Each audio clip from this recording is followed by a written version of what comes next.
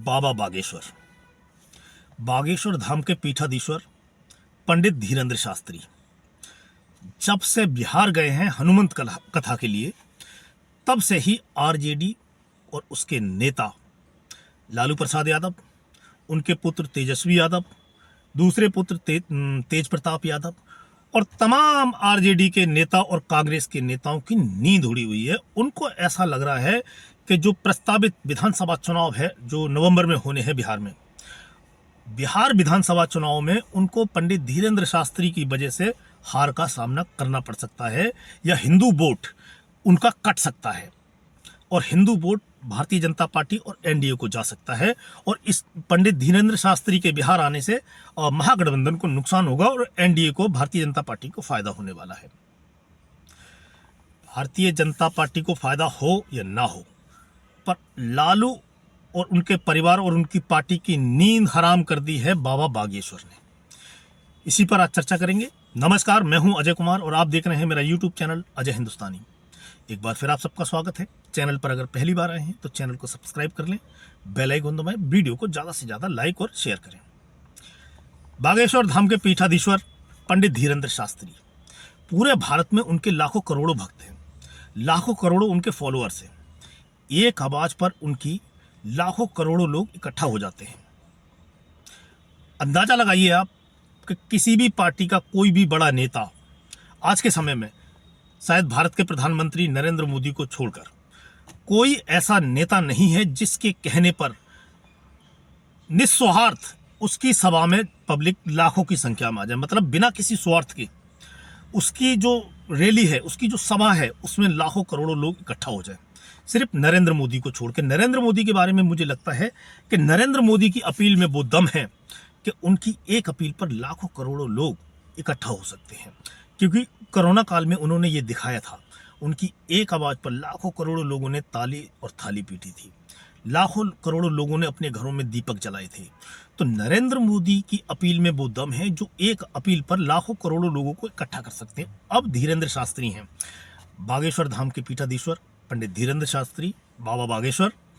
एक बार अगर आह्वान करते हैं तो उनके एक बार आह्वान करने से लाखों करोड़ों लोग उनके कथा में इकट्ठे हो जाते हैं। ये बहुत बड़ी बात है।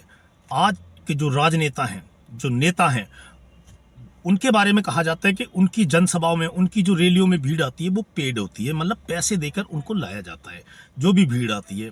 और कई ऐसे मीडिया पर वीडियो और सोशल मीडिया पर ऐसे वीडियो और क्लिप वायरल होते हैं जिनमें जनता को पैसे देकर लाया जाता है राजनेताओं की रैली में, जनसभा में, ताकि भीड़ नजर आए।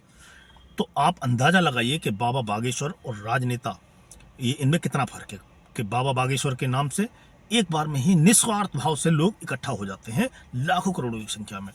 अब बाबा बागेश्वर गोपालगंज गए हैं बिहार में 5 दिन की हनुमंत कथा पे। हालांकि उनकी कथा अब संपन्न हो चुकी है और वो वापस लौट चुके हैं। जिस दिन से पता चला था विपक्ष को, जो आरजेडी, कांग्रेस, सीपीएम, जो बिहार का विपक्ष है, उसको जब पता चला था कि बाबा बागेश्वर बिहार आ रहे हैं 5 दिन की हनुमंत कथा कहने के लिए, तभी से उनके होश उड़ गए थे और लालू एंड परिवार की तो नींद हराम हो गई थी। आरजेडी के नेताओं का तो रात को नींद ही नहीं आई होगी कि बाबा बागेश्वर बिहार क्यों आ रहे हैं। उनको जो लगता है वो ये लगता है कि बाबा बागेश्वर बिहार जब आएंगे उसका फायदा भारतीय जनता पार्टी और एनडीए को मिलेगा। पता नहीं उनको ऐसा क्यों लगता है। बाबा बागेश्वर कोई राजनीतिक पर्सनैलिटी नहीं है, राजनीतिक नेता नहीं है।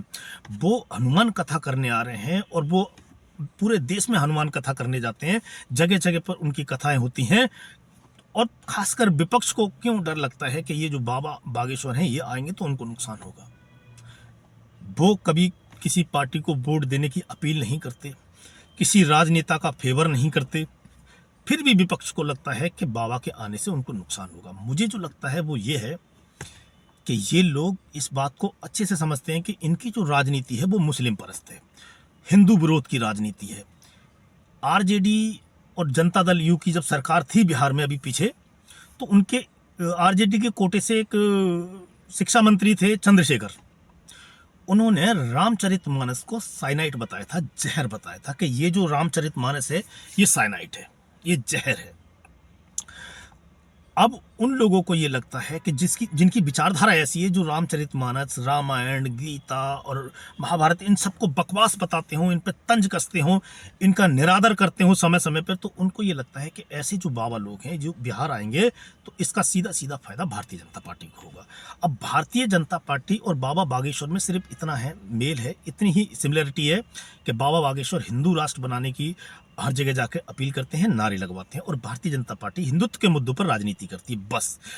आरजेडी को क्या है, आरजेडी भी तो आके कर सकती है, हिंदुओं के मुद्दे उठा सकती है, बाबा बागेश्वर के पास जा सकते हैं, वो बाबा बागेश्वर से आशीर्वाद ले सकते हैं। आरजेडी और लालू प्रसाद यादव, उनके बच्चे भी तो बाबा बागेश्वर के पास जा सकते हैं, जैसे उनके साले सुभाष यादव के पुत्र और पुत्री बाबा बागेश्वर से आशीर्वाद लेने गोपालगंज आए थे।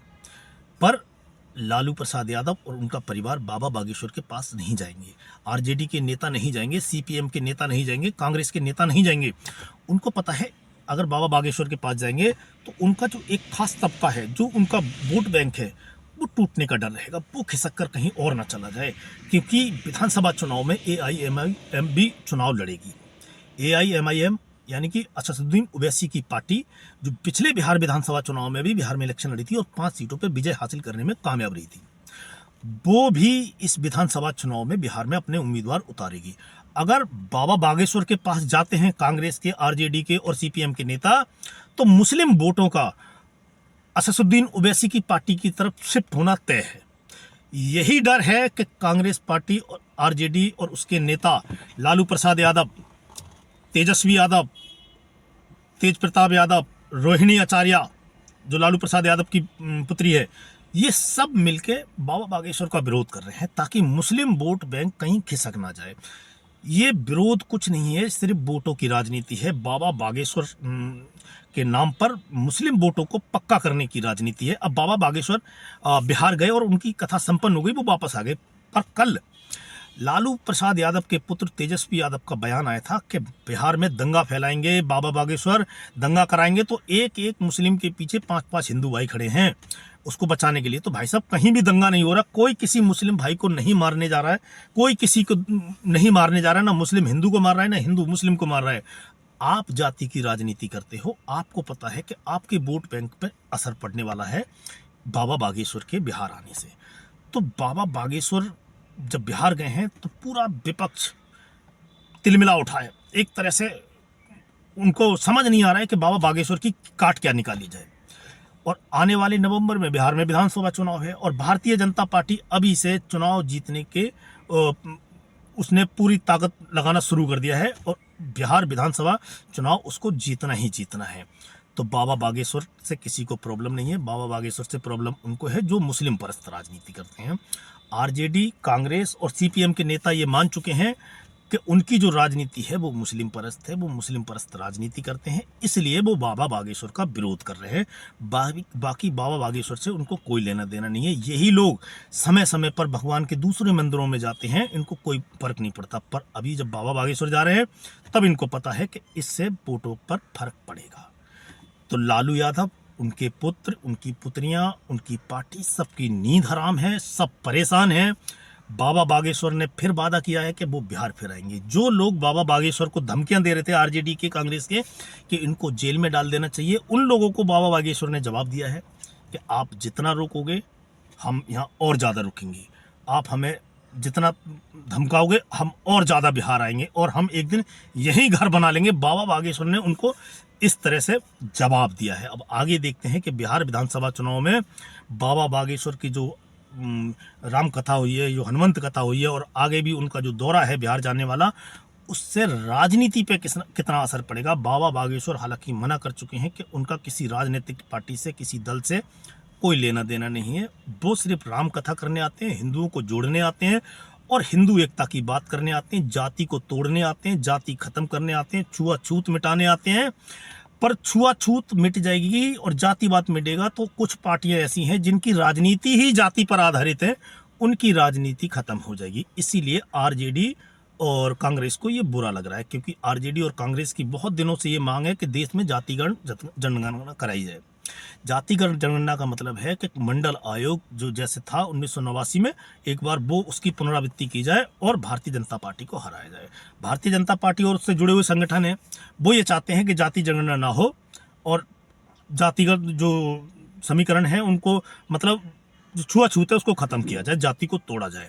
और 2014 के लोकसभा चुनाव में भारतीय जनता पार्टी इसमें कामयाब रही थी। अब देखते हैं बाबा बागेश्वर अगली बार बिहार कब जाते हैं, और अगली बार जब बिहार जाएंगे तब आरजेडी और कांग्रेस के नेताओं का क्या रहेगा उनके बारे में। आज के वीडियो में इतना ही, मिलते हैं आपसे अगले वीडियो में, तब तक के लिए जय हिंद, जय भारत।